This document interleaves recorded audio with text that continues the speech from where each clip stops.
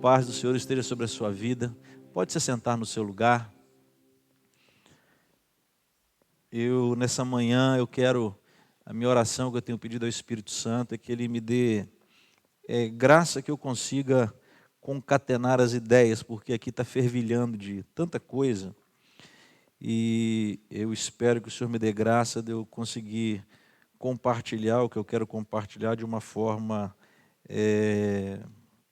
coesa, inteligível para os irmãos e que faça sentido. Eu queria falar nessa manhã sobre a vida. Eu quero, na verdade, retomar quem esteve aqui ontem à noite no culto da Conexão 12. Eu falei sobre isso, eu quero falar um pouco do que falei ontem, quem sabe, acredito eu, acrescentar algumas coisas, mas continuar na direção da meditação de ontem à noite, que é falar sobre a vida. E quando falo sobre a vida, quero falar sobre a vida em toda a sua, em tudo aquilo que envolve a vida, não apenas o fôlego de vida, o estar vivo, mas o que a vida representa. E principalmente dentro de uma perspectiva que nós, pelo menos quem teve essa oportunidade ou quem teve esse cuidado de fazer consigo mesmo, e às vezes não fez consigo mesmo, mas pretende ou tentou fazer com os filhos. Daqui a pouco nós vamos apresentar uma mocinha ao Senhor Jesus, junto com a sua família, a Sofia, e talvez você pergunte, se perguntarmos aos pais dela, ou você que é pai em relação aos seus filhos, quando o seu filho nasceu, ou você que ainda não tem filhos e que pretende um dia tê-los, tem um poeta que diz assim, filhos melhor não tê-los, mas se não tê-los, como sabê-lo? É uma palavra muito interessante desse poeta, filhos melhor não tê-los, mas se não tê-los, como sabê-lo? Ou seja, você não vai saber se é bom ou não, e se você não tiver, então tenhamos os filhos, Então você, quem sabe, vai ter o seu filho, e quando você pensa na vida do seu filho, o que você pensa para ele? O que você pensa? Quando você pensa na vida do seu filho, e você idealiza ou imagina a vida do seu filho, o que você entende por ser esse seu filho ser bem-sucedido, ter uma vida bem-sucedida? O que é ter uma vida bem-sucedida? O que é ter uma boa vida? E eu queria pensar nessa manhã, talvez essa manhã seja uma manhã mais de reflexão. E o que tem me levado a isso é especialmente essa semana ler o livro de Atos dos Apóstolos. No livro de Atos dos Apóstolos é um livro muito desafiador. Ontem iniciei falando sobre isso. O livro de Atos dos Apóstolos mostra o início da igreja do Senhor Jesus, de como os discípulos se comportavam. E pensando na leitura do livro de Atos dos Apóstolos e olhando para a nossa realidade, a gente percebe o quão longe a igreja de hoje está da igreja nascente e quão distante estão os discípulos de hoje com os discípulos do princípio. E eu vejo que assim, é interessante que se nós formos comparar tempos, épocas, dificuldades, adversidades, circunstâncias, situações, a igreja primitiva ela teve muito mais desafios do que nós temos hoje. A igreja primitiva passou por perseguições a ponto de ter seus discípulos mortos, sentenciados à morte, coisa que a igreja de hoje não sabe o que é isso, nem de perto nem de longe. E eu agradeço a Deus que não saiba, porque talvez se hoje nós fôssemos perseguidos para sermos entregues à morte, talvez a igreja não seria considerada no Brasil uma igreja de 50 milhões de evangélicos, Porque aí sim nós saberíamos de verdade quem é evangélico, quem realmente serve ao Senhor Jesus. E tudo isso baseado em quê? Tudo isso baseado nos parâmetros do que é a vida. Tudo isso baseado nos parâmetros do que o que é ser bem-sucedido. Tudo isso baseado nos parâmetros de que o que eu faço ou eu devo deixar de fazer para que eu seja considerado uma pessoa bem-sucedida. Baseado no, muitas vezes, ter, baseado muitas vezes no conquistar, baseado muitas vezes no adquirir, baseado muitas vezes no acumular. E esses parâmetros que vão sendo colocados para nós durante a vida, e pense você como pai, projetando a vida do seu filho e imaginando para ele.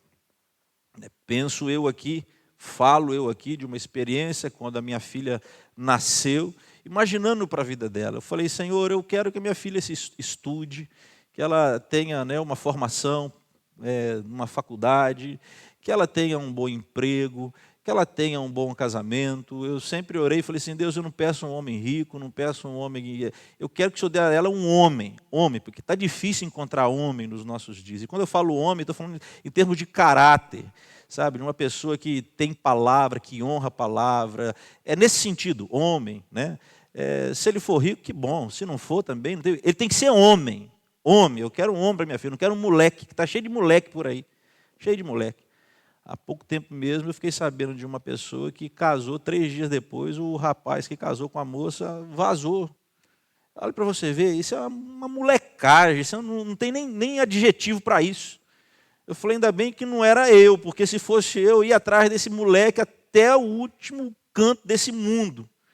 Ia dar uma coça, mas muito bem dada nele. O pastor aqui é homem também, gente, e pai. Então vocês me perdoem, já estou confessando o meu pecado. Né? E é aquele negócio, né? Minha filha está para casar, o noivo está aqui. Né? Depois que casar, eu não tenho mais, como diz assim, a responsabilidade é deles como casal. Mas ele que ousa encostar a mão na minha filha, mas eu busco ele até o inferno. E dou nele dobrado. Esse baixinho aqui, meu filho, é casca grossa. Né? A minha filha está lá levantando, vendo como é que ele está reagindo aqui, né? Mas ele que encosta o dedo da minha filha depois de casado para ele ver. Nem antes, nem depois. Mas, queridos, por quê? Porque a gente projeta para os nossos filhos.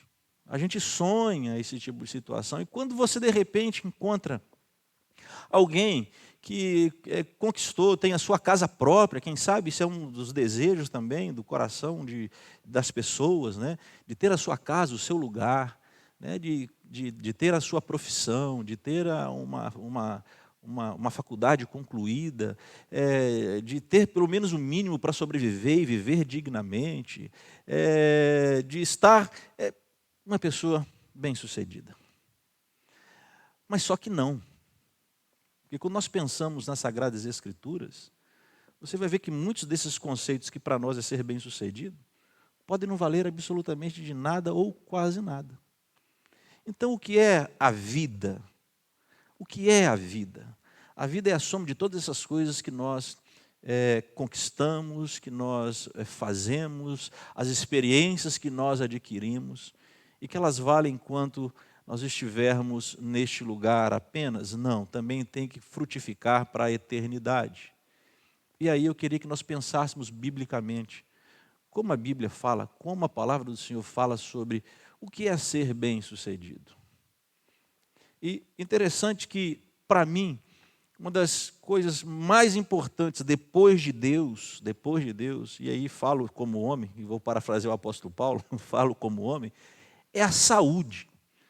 O que é uma pessoa sem saúde, queridos? A saúde é algo importantíssimo para a vida, e a vida, ela só é vivida de forma, vamos dizer assim, mais próxima da plenitude, com saúde. Né? E aí você pega, por exemplo, eu quero ler alguns textos com vocês, por isso que vou tentar ser o mais, concatenar melhor as ideias. Jó, capítulo de número 1, eu queria que você visse comigo. Jó, capítulo de número 1. Nós conhecemos muito bem a vida deste homem, a história deste homem, até quem não lê Bíblia conhece e o chama de o homem mais paciente da face da terra. Né? A Bíblia não fala isso, que ele foi o homem mais, o homem mais paciente. Jó é um homem de paciência, sim, mas vamos lá. Capítulo 2, melhor dizendo. Jó, nós conhecemos a história de Jó. Jó perde todos os seus filhos, Jó perde todos os seus bens, e ele permanece fiel ao Senhor. Mas o diabo, no versículo de número 3, a partir do versículo 3, disse então o Senhor a Satanás: reparou em meu servo Jó? Não há ninguém na terra como ele, irrepreensível, íntegro, homem que teme a Deus e evita o mal. Ele se mantém íntegro, apesar de você me haver instigado contra ele para arruiná-lo sem motivo. Ou seja, ele perdeu 10 filhos, 7 homens e 3 mulheres. Né? Fala aqui dos filhos, mas é possível que todos esses filhos fossem casados. Né? Quando morrem todos, morre quem sabe, não apenas, a gente pensa só nos filhos de Jó, né? Mas provavelmente podem ter, se estavam num banquete, todos eles comemorando, não estavam apenas os filhos, né? Creio eu. Né? Poderiam estar as noras, os genros, netos, enfim, ele perde tudo isso, perde toda a sua riqueza, porque os bandos vão dando e levando todos os jumentos, camelos, tudo isso está no capítulo 1. E agora, Satanás diz para o Senhor, pele por pele, respondeu Satanás, um homem dará tudo o que tem por sua vida. Estenda a tua mão e fere a sua carne e os seus ossos, e com certeza ele te amaldiçoará na tua face. E o Senhor disse a Satanás, pois bem, ele está nas suas mãos, apenas poupe a vida dele. Aquilo, queridos, que nós reputamos, quem sabe por sermos bem-sucedidos sobre o aspecto do corpo, do nosso corpo físico, o que é ser bem-sucedido? Ter saúde. Tem coisa melhor do que sermos bem-sucedidos falando fisicamente do nosso corpo do que ter saúde? A luta do ser humano, de uma forma, acredito eu, que prioritária sobre todos os aspectos, é a longevidade. Para isso se luta para descobrir as vacinas, para aplacar as doenças, para erradicar as doenças, para fazer com que o homem viva mais. Quando eu descobri que eu era hipertenso, e na minha cabeça eu só tinha a minha avó, eu lembro da minha avó, Efigênia Antônia de Paula, mas carinhosamente, como mineiro, a gente não chamava de Efigena, era avó Figena, né? Então, eu me lembro da avó Figena, tossia, que quase ia morrer, parece que o pulmão ia sair pela boca. Né? E eu lembro dos meus tios falando que aquilo era efeito colateral do remédio que ela tomava para hipertensão. Então, quando eu descobri que eu era hipertenso, que eu fui na minha cardiologista, doutora Eugênia, eu falei, doutora Eugênia, eu vou ter que tomar isso para o resto da minha vida? Ela falou, qual o problema, meu filho? Eu falei, porque eu só lembro da minha avó tossindo, agora eu vou ter aquela tosse. Eu falei, deixa de ser bobos. Ela já cuidava do meu pai, era a médica de família, a maioria da família cuida com ela. Deixa de ser bobo, rapaz. Hoje as drogas avançaram tanto que não tem mais esse negócio, não. Eu vou te dar, inclusive, um comprimido que é a BMW dos comprimidos. Eu falei, bom, BMW eu gosto, entendo, então vamos lá tomar, né? E ela me deu o comprimido.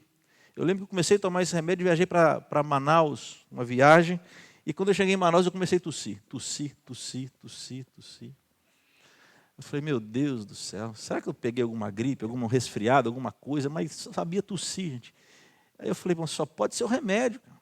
Aí quando eu voltei, falei com a doutora Eugênia, ela só falou que eu não ia tossir. A senhora me deu um remédio que é o BMW dos remédios. E eu estou tossindo que eu não paro mais. Ela falou assim, Eliatan, você é azarado demais. Eu falei, por quê, doutor? Ela falou, porque o efeito colateral desse remédio, a cada 10 pessoas, tosse. Eu falei, pois é, eu brinquei, eu falei, pobre nasceu para levar na cabeça mesmo, doutor. Até BMW eu não posso usar, eu tenho que usar o Fusquinha mesmo. Aí fui para Losartana, Lodipino, aí é o que todo mundo toma mesmo, não teve problema, e nunca mais tossi, mas mostrando a evolução das coisas, para que as pessoas tenham mais saúde, tenham bem-estar. E assim vai. Eu falei que eu sou azarado com esses troços, eu tenho outra coisa, eu sou hipertenso e tenho problema de tireoide, tenho hipotiroidismo. E a minha endocrinologista falou, a cada 10 casos, 1 é homem, 9 é mulher. Eu falei, pois é. Eu falei, eu não ando para andar assim, para andar de BMW, de remédio de coração. Ainda sou sorteado dos 10 casos, o homem que sou eu que tem que ser. Né? Então, queridos, saúde física é importante para a vida, e como é? Mas a palavra do Senhor diz que o diabo falou com Deus assim, toca na pele dele, toca na saúde dele, pele por pele, e o homem dará tudo o que tem. Venha comigo para Filipenses, capítulo 3. Filipenses, capítulo de número 3. Quando a gente pensa na vida sob o aspecto da realização pessoal, hoje na escola bíblica dominical, na classe dos jovens, eu estou lá de bico, mas eu me sinto jovem ainda.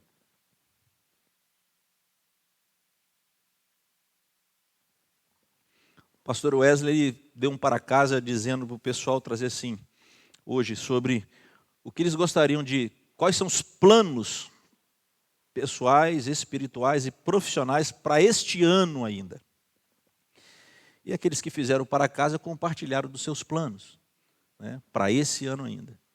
E pensando sobre realização pessoal, sobre a vida, eu entendo o apóstolo Paulo como um desses homens assim que ele pode nos dar aula de alguém bem-sucedido, sobre o aspecto pessoal. Capítulo 3 de Filipenses, a partir do versículo de número 4, né, ele está falando sobre a sua vida e diz assim, no versículo 4, embora eu mesmo tivesse razões para tal confiança, se alguém pensa que tem razões para confiar na carne, eu ainda mais. Ele está dizendo assim, se alguém pensa que aquilo que eu sou, aquilo que ele é, aquilo que ele tem, aquilo que ele conquistou, é motivo para ele ter confiança, então eu tenho mais confiança que todos vocês. Por quê? Ele vai dizer. Né? Ele falou assim, circuncidado ao 8º dia de vida, ou seja, eu cumpri, nós estamos falando de lei, nós estamos falando da religião judaica, da lei judaica. Circuncidado ao 8º dia, hoje nós vamos apresentar a Sofia. A Sofia não está cumprindo a lei de Moisés como Paulo cumpriu, até porque ela, primeiro, ela não é judia, ela não segue, a família não segue a lei de Moisés, porque se seguisse, ela não poderia estar nem aqui, porque circuncidar é apenas o macho, é apenas o homem, sexo masculino. Circuncisão é cortar a pele do prepúcio, do pênis.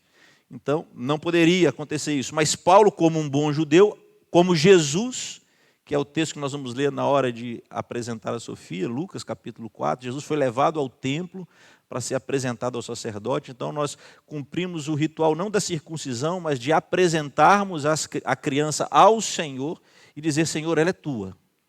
Que o Senhor possa guardá-la, que o Senhor possa protegê-la, que o Senhor possa caminhar com ela. Então, nós usamos desse momento para ressignificar o sentido. Então Paulo está dizendo, eu fui circuncidado ao 8º dia, cumpri a lei desde que nasci. Pertencente ao povo de Israel, ou seja, eu sou israelita, da tribo de Benjamim, né? Verdadeiro hebreu, quanto à lei fariseu, ou seja, ele dentro da lei de Moisés existiam duas vertentes políticas, vamos dizer, religiosas, que eram os fariseus e os saduceus. Ele fazia parte dos fariseus. Então, quanto ao zelo perseguidor da igreja, quanto à justiça que há na lei, irrepreensível. Só para ganhar tempo, nós vamos ler, em Atos também ele vai dizer isso, ele falando assim, eu aprendi aos pés de Gamaliel. Quando a gente lê Atos capítulo 20, 21, quando ele está sendo levado para ser preso, ele está em Jerusalém, ele é preso, ele está sendo nesse processo todo de prisão dele, os soldados romanos o prendem para levar à fortaleza, o povo está querendo matar o apóstolo Paulo. Quando ele sobe as escadarias, ele fala em grego com o soldado responde para ele em grego, e ele pedindo para falar com a multidão. Quando ele vai falar com a multidão, ele fala em aramaico. Então eu quero dizer para você que Paulo, sob a perspectiva de uma vida bem realizada, de uma vida profissional realizada, Paulo ele era extraordinário. Paulo ele tinha o green card romano, porque ele era romano de nascimento, ou seja, mesmo sendo hebreu, ele da Cilícia, de Tarso, ele provavelmente nasce numa cidade, é um lugar que é reservado àqueles que prestaram serviço a Roma, e você só podia ser romano por 3 situações naquela época, ou por nascimento, nasceu romano, ou por prestar serviços a Roma, que provavelmente era o caso de Paulo, ou por um dinheirinho que você dava por debaixo dos panos para alguém te conseguir uma cidadania romana, que é o que acontece com aquele centurião que está conversando com Paulo, dizendo, você é romano? Ele falou, sou. Ele falou assim, de nascimento. Ele falou assim, eu consegui pagando uma grande soma de dinheiro. Então Paulo ele tem berço. Paulo não precisava, contextualizando os nossos dias, pagar coiote para atravessar o Rio Grande ou pular o muro lá dos Estados Unidos. Ele tinha o green card para andar no Império Romano. Paulo foi criado aos pés de Gamaliel, e significa que ele aprendeu da lei do Senhor com Gamaliel. E Gamaliel, para você entender e contextualizar, é como se Paulo se formasse hoje em Harvard, se ele se formasse no MIT, como se ele se formasse em Oxford, como se ele se formasse nas melhores faculdades do mundo. Paulo foi formado lá, aos pés de Gamaliel. Eram duas faculdades que existiam naquela época, Gamaliel e Hilel. Um era de uma lei mais contextualizada e outro de uma lei mais literal. Paulo era mais literalista, Gamaliel tinha um conhecimento. Quem aprendeu aos pés de Gamaliel tinha respeito. Paulo falava vários idiomas. Pense você hoje, eu pensando na minha filha, uma das coisas que eu lutei para que minha filha tivesse era um segundo idioma. Então ela fala inglês fluente, ela fala português e inglês. Paulo falava hebreu, Paulo falava hebraico, Paulo falava grego, Paulo provavelmente devia falar latim também, porque ele ficou 2 anos preso em Roma com um soldado do lado dele, não é possível que ele não aprendeu latim. Paulo era um poliglota. Tudo isso o apóstolo Paulo tinha, um homem bem-sucedido. Uma vida bem-sucedida. Formado na melhor faculdade, green card do Império Romano. Falava vários idiomas. Doutor da lei. Paulo podia exercer qualquer função no STF daquela época, diferente dos nossos dias, que os caras caem de paraquedas lá mesmo, nem tendo uma carreira jurídica, alguns deles. Paulo não, Paulo era doutor da lei. Então era um cara realizado profissionalmente, religiosamente. Paulo de conhecimento. Esse era o apóstolo Paulo. Uma vida bem-sucedida. Será? Saúde para o corpo. Uma vida bem-sucedida, uma vida de saúde. Intelecto, profissão, conhecimento. Paulo é um modelo de uma vida bem-sucedida. Mas quando nós pegamos esses homens, Jó, Paulo, nós vemos que entre eles tem algumas coisas que são incomuns. Mas antes de falar de Paulo, eu quero falar de Maria. Capítulo 1 do Evangelho segundo Lucas.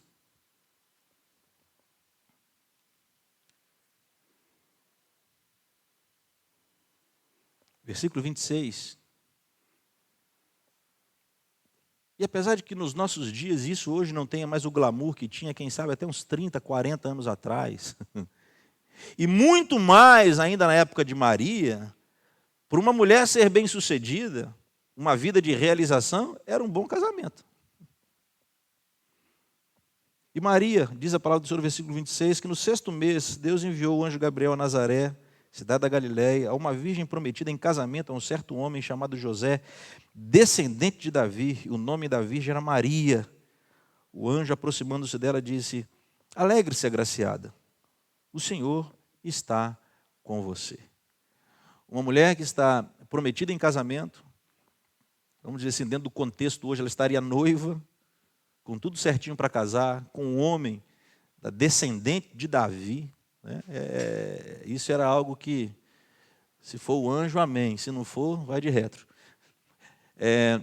Um homem da tribo descendente de Davi, ou seja, em termos de realização, não era apenas a questão do casamento, mas eu estou casando com um descendente de Davi. Era o ápice. Se ela pudesse escolher entre um descendente de Davi e um outro descendente qualquer, é lógico que ela escolheria casar com um descendente de Davi, mas ela apenas não escolheu, porque não era ela que escolhia, a mulher nessa época era escolhida, e um descendente de Davi escolhe-a para casar-se com ela. Uma mulher que poderia dizer assim: estou realizada, uma vida bem-sucedida. Agora perceba nesses 3 personagens, Jó, Paulo e Maria. Em Jó, a saúde deixa de existir. E nós conhecemos a vida de Jó, o que aconteceu com esse homem. Paulo, toda a sua realização pessoal sobre o aspecto profissional, sobre o aspecto intelectual dele, não faz nenhum tipo de diferença na sua jornada. Porque esse homem ele passa por sofrimentos que você pode ler em 2 Coríntios capítulo 11, alguns desses sofrimentos que Paulo passa. E quando você chega agora em Maria, essa mulher tem tudo para ser realizada e bem-sucedida. Mas agora ela tem um desafio, porque a sua reputação está sendo colocada em jogo. Porque uma mulher prometida em casamento, desposada, noiva, aparecer grávida, das duas uma, ou foi o noivo que violou aquela mulher e aí ele vai ter que dar um jeito de resolver essa situação. Na verdade, a punição era apedrejamento, morrer os dois. Ou, se ela traiu o noivo, vai ser morta também apedrejamento junto àquele que foi usado para que cometeu o ato com ela. E o anjo aparece para ela e falou assim: você foi agraciada, você foi sorteada, porque em outras palavras é isso. Minha filha, nós olhamos do céu, não é questão de ser sorteada, né? Porque sorteada é aleatório. Mas nós olhamos lá do céu e vimos aqui na terra você, Maria, você foi agraciada. E de repente ela pensa assim: eu agraciada? Mas o que foi? O que eu ganhei? Não, você vai ser a mãe do Salvador do mundo. Mas como é que isso vai acontecer? Sendo que eu não sou casada, eu não conheço homem algum. Não, o Espírito Santo vai descer sobre você e você vai engravidar. Ah, isso é ser agraciada? Esse que é o grande favor da parte de Deus? Você quer acabar com a minha reputação? Quer dizer, a graça que Maria recebe, ela que é uma mulher bem-sucedida, foi escolhida por um descendente de Davi, um casamento já tudo certo, vai ser tudo que ela planejou, que ela foi ensinada para ser desde que nasceu, agora está tudo em risco porque ela foi agraciada por aparecer grávida de um homem que não é aquele que ela está prometida em casamento e nem casada está. Em Jó, foi para o brejo, uma vida bem-sucedida. Em Paulo, foi para o brejo, uma vida bem-sucedida. E em Maria, foi para o brejo, uma vida bem-sucedida. Aos olhos humanos, aos olhos rasos e superficiais, aos olhos daqueles que não conhecem o Senhor e nem a sua palavra. Aos olhos daqueles que estão cada vez mais distantes do conhecimento de Deus e da sua palavra. Aos olhos daqueles que querem cada vez mais beneficiar-se a si mesmo em detrimento daquilo que Deus quer fazer das nossas vidas. Cada dia mais, nos nossos dias, nós vemos as pessoas procurando essa realização, mas uma realização divorciada daquilo que eu chamo de vontade de Deus. Agora, o que essas três pessoas, esses três personagens têm em comum? Voltando a Jó, capítulo 1, preste bastante atenção no que a palavra do Senhor diz acerca deste homem. Jó, capítulo 1, diz a palavra do Senhor assim, logo no versículo de número 3. Disse então o Senhor a Satanás: reparaste em meu servo Jó? Fale comigo, servo Jó. Vamos para Lucas, onde nós estávamos de novo. Lucas, capítulo de número 1. Depois que o anjo contou toda a história para Maria, no versículo de número 38, Maria responde: sou serva do Senhor, que aconteça comigo conforme a tua palavra. Fale comigo, Maria, serva do Senhor. E Paulo? Quase todas as cartas que Paulo inicia, ele começa dizendo: Paulo, apóstolo, servo do Senhor. E quando a gente é servo do Senhor, só existe uma forma de nós sermos bem-sucedidos ou de termos uma vida bem-sucedida. Só existe uma forma. É o que Maria disse aqui. Cumpra-se em mim ou aconteça comigo conforme a tua palavra, ou em outra tradução que eu prefiro, nesse caso é faça-se a tua vontade. Atos capítulo 20, versículo de número 24, Paulo está dizendo assim: todavia, não me importo, nem considero minha vida de valor algum para mim mesmo, se tão somente puder terminar a corrida e completar o ministério que o Senhor Jesus me confiou de testemunhar do Evangelho da graça de Deus. Ou seja, eu não tenho nada na minha vida por preciosa. O que é precioso para mim é que a vontade de Deus se cumpra na minha vida. Jó, no capítulo 42, ele diz assim: bem sei que tudo tu podes e nenhum dos teus planos podem ser frustrados. Antes eu te conhecia só de ouvir falar, mas agora os meus olhos te veem. E olha o que declara Jó, ainda no capítulo 1, logo depois dele ser confrontado pela sua esposa. A palavra do Senhor diz que Jó ele traz uma declaração extraordinária.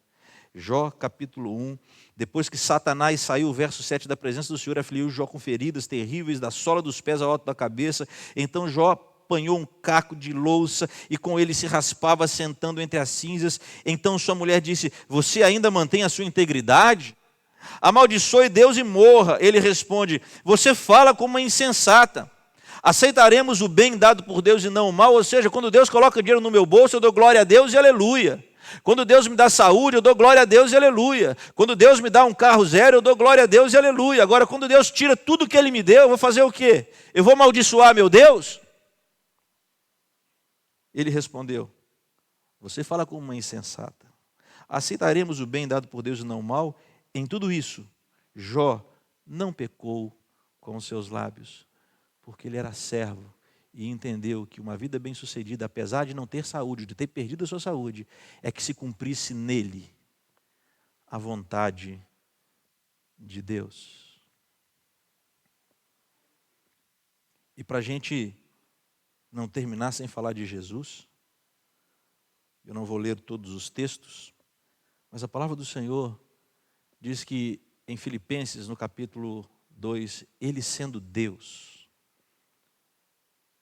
Vamos pensar numa perspectiva, vamos tentar, né? Porque é muito para o nosso entendimento, mas vamos tentar. A gente não consegue ver isso de forma plena porque nós não somos e nunca seremos deuses. Mas imagine no conceito de Deus. Se você pensar sobre a perspectiva daquilo que a gente conhece, da filosofia, do panteão de deuses romanos, gregos, e por aí vai afora, o que a gente ouve falar do que se imagina dos deuses, né? O Thor, do trovão, faz as coisas acontecerem, né? Os moleques aí que gostam, eu nem sei se é DC, se é Marvel, esse troço aí, mas enfim. Né? Como é que é o cara lá que tem aquele roxo lá? O Thanos, né? Eu só conheço Tutanos, né? Do Mocotó, né? Tutanos, né? Mas o Thanos, né? Pensa nessa perspectiva aí, você que gosta desse universo aí de filme, dos deuses. Jesus, ele está super bem sucedido, uma vida top. Porque ele é Deus, ele dentro dessa comunidade divina, ele é filho do Pai, todo queridinho. Deus me perdoe, eu vou tentar explicar. Ele é o filhinho do papai. O que você quer, meu filho? Toma, tem, faz, acontece. Tudo que veio passar a existir, passou a existir porque Ele, Jesus, a palavra de Deus, fez com que existisse. Imagina todo esse universo que nós conhecemos, apesar de ainda estar muito degradado, mas ainda tem belezas extraordinárias. Tudo foi feito por Ele. E agora, Ele tem que submeter a se tornar como as suas criaturas. E a Bíblia fala que o Verbo se fez carne, habitou entre nós, cheio de graça, de verdade. Passou por todos os sofrimentos. E para mim o sofrimento maior de Jesus não foi a dor física na cruz do Calvário. E eu me coloco no lugar de Jesus. Agora, estou falando Eliatan, se eu fosse Jesus, meu maior sofrimento não é a dor da cruz. Apesar da dor da cruz ser terrível. Isso comprovado cientificamente. Mas a minha dor maior seria, e é por isso que eu entendo, e é sob o meu olhar, a dor maior de Jesus é o Getsemane. Quando ele ajoelha e fala: Pai, se for possível, passe de mim esse cálice. Porque ali, irmãos, o sofrimento é na mente. Para mim, esse é o pior de todos. É você sofrer antecipadamente. É a ansiedade, você saber do que você vai passar. Da dor, do desprezo, da dor física. Tudo isso passando aqui na mente. A coisa foi tão terrível que a Bíblia fala em Lucas que Jesus suou grandes gotas de sangue.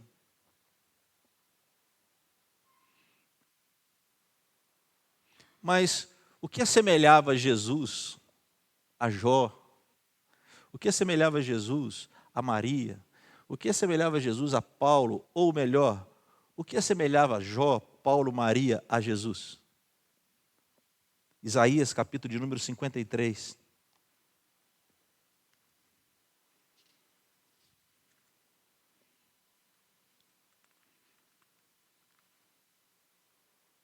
Capítulo 53 de Isaías é conhecido pelos teólogos como o texto do servo sofredor.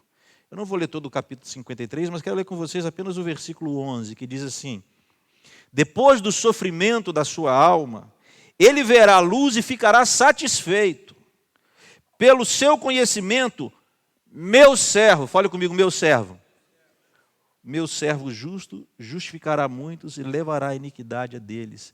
Sabe o que assemelhava esses 4 personagens? Todos eles eram servos. E quem é servo só pode fazer uma coisa. Venha comigo, que é o último texto que eu vou ler com vocês nessa manhã, João, capítulo de número 4. Evangelho segundo João, capítulo de número 4. Versículo de número 31. Diz assim a palavra do Senhor: enquanto isso, os discípulos insistiam com ele: mestre, come alguma coisa. Mas ele lhes disse: eu tenho algo para comer que vocês não conhecem. Então seus discípulos disseram uns aos outros: será que alguém lhe trouxe alguma comida? Disse Jesus: a minha comida, leia comigo que está projetado, a minha comida é fazer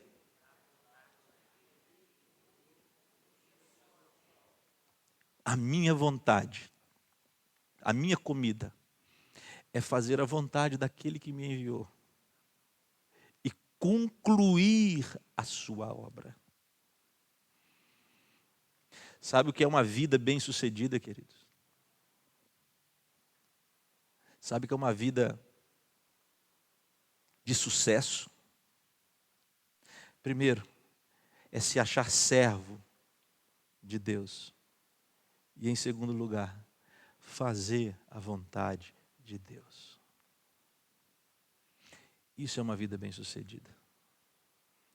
Você pode ter todas as formações acadêmicas que você tiver. Se você não é servo e não faz a vontade de Deus, você não tem uma vida bem-sucedida. Você pode ser o homem mais rico da face da terra.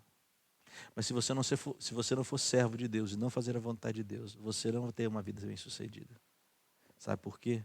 Porque o próprio Jesus disse: de que vale o homem ganhar o mundo inteiro e não ser meu servo e não fazer a minha vontade? Ou seja, vai perder a sua alma. O meu desafio para vocês nessa manhã, o meu desafio para mim nesta manhã é que nós mais precisamos, em tempos tão difíceis, em que as pessoas estão cada vez mais se distanciando de Deus e do chamado de Deus para as suas vidas. E eu volto a Paulo escrevendo Atos capítulo 20, versículo 24, quando Paulo diz: em nada tenho a minha vida por preciosa, sem que antes eu cumpra a carreira que me foi proposta. Ou seja, Paulo estava dizendo: eu, como servo do Senhor, fui chamado para fazer a vontade dEle, e a vontade dEle é cumprir tudo aquilo que Ele me chamou para fazer. Isso é o mais precioso. Em tempos que as pessoas estão abandonando o que Deus a chamou para fazer, o Espírito de Deus está nos falando nessa manhã: você quer ter uma vida bem-sucedida? Você quer se achar uma pessoa de sucesso? Você quer ver que você é de sucesso? Você quer ter a constatação que você é um homem, uma mulher, um moço, uma moça de sucesso? Seja meu servo, faça a minha vontade e cumpra aquilo que eu te chamei para fazer. Porque se você não fizer isso, você pode ser um poliglota, você pode ter vários cursos acadêmicos, você pode ter muito dinheiro, você pode ter propriedade, você pode ter tudo, mas você não vale nada. Porque o que vale para mim é quem é meu servo, que faz a minha vontade e cumpre aquilo que eu mandei ele fazer. Esse e essa tem uma vida bem-sucedida. Eu quero te convidar a se colocar em pé, se você puder.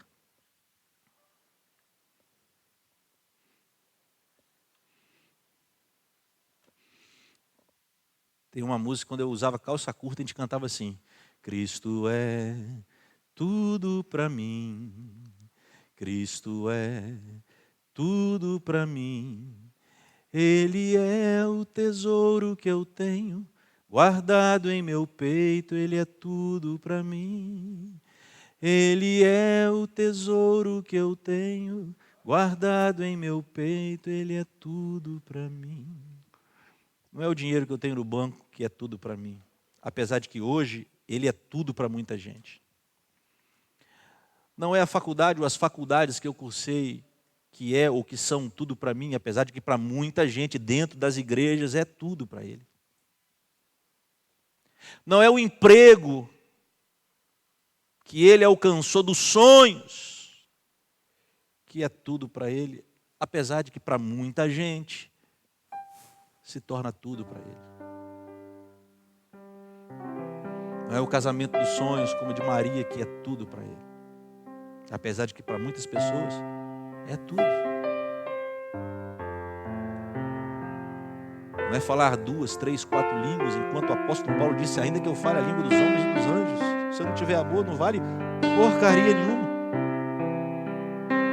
O que é tudo para mim? O que é ter uma vida bem-sucedida? É ser servo de Jesus, fazer sua vontade e cumprir a sua ordem.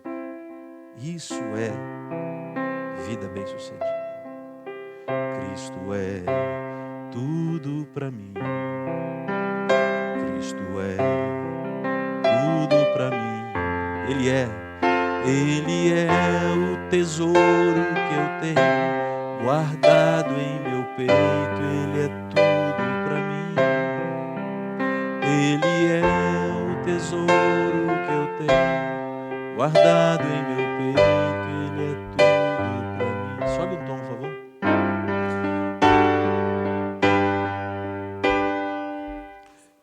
Tu é tudo para mim. Cristo é tudo para mim. Ele é o tesouro que eu tenho, guardado em meu peito. Ele é tudo para mim. Ele é o tesouro que eu tenho, guardado em meu peito. Ele é tudo para mim. Transformou minhas trevas em luz, meus pecados todos perdoou. Oh, não quero mais nada do mundo, amor tão profundo Jesus me doou. Oh, não quero mais nada do mundo, amor tão profundo Jesus me doou. Jesus é tudo pra mim. Jesus é tudo pra mim. Ele é o tesouro que eu tenho, guardado em meu peito. Ele é tudo pra mim. Ele é o tesouro que eu tenho, guardado em meu peito. Ele é tudo pra mim. Queridos, eu sei que não é fácil, é um desafio. É um desafio servir ao Senhor, ser servo do Senhor, mas é um privilégio. Eu queria nessa manhã orar por você que quer se apresentar diante de Deus, dizendo: Senhor, não tem sido fácil, não é fácil. Às vezes a vontade da gente ela é muito mais forte dentro de nós do que a vontade do Senhor, mas eu quero andar de forma a cumprir a tua vontade. Eu queria orar por você que gostaria dessa, deixa eu contextualizar aqui, essa injeção, essa vitamina para te dar forças, para ser servo e cumprir a vontade do Senhor. Lembre-se, queridos, eu tenho dito isso ultimamente: o maior castigo que Deus pode dar ao ser humano é entregá-lo à sua própria vontade. O maior castigo que Deus pode dar para mim e para você é permitir que eu faça a minha vontade, que você faça a sua vontade. Romanos capítulo 1. Deus os entregou às suas próprias vontades. Depois você lê capítulo 1 e veja o que aqueles homens fizeram por Deus ter entregado eles. Já que vocês querem fazer o que vocês querem, então toma aí, faz o que vocês quiserem. E a Bíblia fala ali no capítulo 1, Paulo escrevendo o que aconteceu.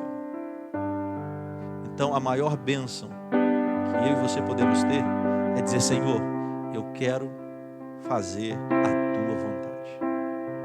Enquanto nós cantamos isso mais uma vez, eu quero convidar você que quer receber essa oração de ânimo. Eu quero receber, eu estou aqui que eu preciso disso. Sai do seu lugar e vem aqui na frente para a gente orar junto, em nome de Jesus. Amém? Cristo é tudo para mim. Cristo é tudo para mim. Ele é o tesouro que eu tenho guardado em meu peito. Ele é tudo para mim. Ele é o tesouro que eu tenho guardado em meu peito. Ele é tudo para mim. Transformou minhas trevas em... Meus pecados todos perdoou. Meus pecados todos. Oh, não quero mais nada do mundo. Amor tão profundo Jesus me doou. Não quero mais nada do mundo. Oh, não quero mais nada do mundo. Amor tão profundo Jesus me doou. Diga: Jesus é tudo pra mim. Jesus é tudo pra mim. Ele é o tesouro que eu tenho guardado em meu peito. Ele é tudo pra mim. Ele é o tesouro que eu tenho guardado em meu peito. Ele é tudo pra mim. Jesus, ele conta uma parábola dizendo que alguém encontrou um tesouro numa terra e ele vendeu tudo que ele tinha para comprar aquele campo, porque o tesouro estava naquele campo. O que Jesus estava dizendo? Se eu sou o seu tesouro, se eu sou aquilo que você tem mais de precioso, você tem que largar tudo, deixa tudo para lá, mas me conquista, me deixa perto de você, não me larga de jeito nenhum, porque eu sou o bem mais precioso que você pode ter. Pai, eu quero te agradecer a começar da minha vida e dos meus irmãos que estamos aqui à frente diante do Senhor. Nós precisamos dessa força, Senhor, para que em nós, mesmo a contragosto, nós possamos andar na direção de fazer a tua vontade, de cumprir o teu propósito. Muitas vezes, Senhor, é a saúde, mas o Senhor vai permitir que a nossa saúde seja tocada como foi a saúde de Jó. Mas nós, como Jó, queremos também ser servos do Senhor a ponto de dizer, ou de não dizer, porque a Bíblia diz que Jó em nada pecou com suas palavras. O Senhor, mesmo não sendo aquilo que nós gostaríamos, mas nós queremos nos manter fiéis ao Senhor. Maria, Senhor, teve a sua reputação colocada em jogo, mas ela disse: cumpra-se em sua serva a tua vontade. É esse comportamento que nós queremos ter, Senhor. O apóstolo Paulo, com toda a sua carga intelectual, cultural, profissional, sofreu horrores, mas ele disse, acerca de toda a sua carga intelectual, cultural, profissional, ele disse: eu considero isso como refúgio, desde que se cumpra em mim a vontade do meu Senhor. Nos dê, Senhor, essa força, como eu disse, uma oração como uma injeção de ânimo, uma vitamina, para que a gente possa ser fortalecido pelo Teu Espírito nessa manhã e sair aqui disposto a enfrentar o que nos for proposto da parte do Senhor, a fim de que cumpramos a Tua vontade. Pai, livra-nos de sermos entregues à nossa vontade. Livra-nos de escolhermos a nossa vontade. Mas que nós possamos escolher sempre, por mais dolorosa, penosa, difícil que seja, que nós sempre escolhamos a Tua vontade. Porque a Tua vontade, ela é boa, ela é agradável e ela é perfeita. E por fim, como nosso maior exemplo, Jesus Cristo. mesmo sendo Deus, não usurpou ser igual a Deus. Antes, humilhou-se a si mesmo, fazendo-se servo. E tudo isso porque ele estava cumprindo a vontade do Pai. Porque eu, os meus irmãos que estão aqui à frente, nós que estamos aqui nesse lugar, nós só seríamos salvos se Jesus estivesse cumprindo a vontade do Pai. E ele cumpriu. Como diz Isaías, o meu servo, por causa do seu sofrimento, salvará muitos. Obrigado, Jesus, porque tu cumpriste a vontade do Pai. E nós aqui nessa manhã, que estamos dizendo com a nossa vinda aqui à frente, também queremos cumprir a tua vontade. Também queremos fazer a tua vontade. Se depender de nós, não tem vontade nenhuma de fazer a tua vontade, é só a nossa. Mas ajuda-nos, Pai. Ajuda-nos, para que nós cumpramos a tua vontade. Nos ajuda. Nós dependemos e precisamos de Ti. Declaramos aqui a nossa fragilidade, declaramos aqui a nossa incompetência para muitas coisas. Declaramos aqui, ó Pai amado, a nossa falta de desejo, de fazer a Tua vontade, de querer. Mas também declaramos que dependemos de Ti. Confiamos em Ti e nos entregamos a Ti nessa manhã. Em nome de Jesus e para a glória do Senhor, e todo aquele que crê diga amém. Amém? Volte para o seu lugar dizendo: Cristo é tudo para mim. Cristo é tudo para mim. Ele é o tesouro que eu tenho guardado em meu peito. Ele é tudo para mim. Ele é o tesouro que eu tenho guardado em meu peito. Ele é tudo para mim. Aleluia. Louvado seja o nome do Senhor Jesus. Amém, queridos? Aleluia.